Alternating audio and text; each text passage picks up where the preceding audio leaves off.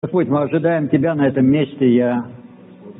Ием біз сені осы жерде күтеміз мен мені пайдалансын сенің рухыңмен арқылы өзінің ыдысы арқылы қозғалсын. Бұл сөз сенен келген сөз болсын, сөз терең түсінікті болсын, жүректеріміз ашық болсын. Біз саған дұға етеміз Құдайым, бұл уақытты саған береміз, біз сенің халқыңбыз және барлық даңқ тек саған ғана тиесілі. Мен сенің бүгін бізге көп нәрсені ашатыныңа сенемін әке, бізді өзгертесің және осылай дәріптеледі. Әумин, сен білесің бе? Ал мына уағызды мен қайдағы бір жерде уағыздаған шығармын.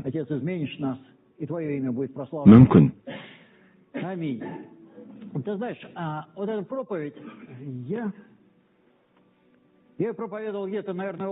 Шамамен 2 жыл бұрын біз жаңадан ғана уағыз айта бастадық. Мен ол кезде Юлияның суретпен біз мұны істедік, ал тағы Игорь болды, Юра дәл сол уағызда болды, Вадим болды. Ол кезде біз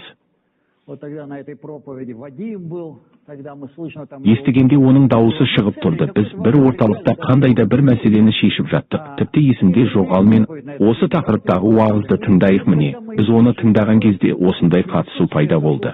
Киелі рухтың мөрімен айтамын, тыңдаңыз, бұл киелі рухтың мөрі. Өйткені бұл Құдай. Иә, біз оны тағы бір тыңдағымыз келеді дейді. Мен сенбіде оны жаңадан уағыздаймын дедім. Форматта жаңа нұсқада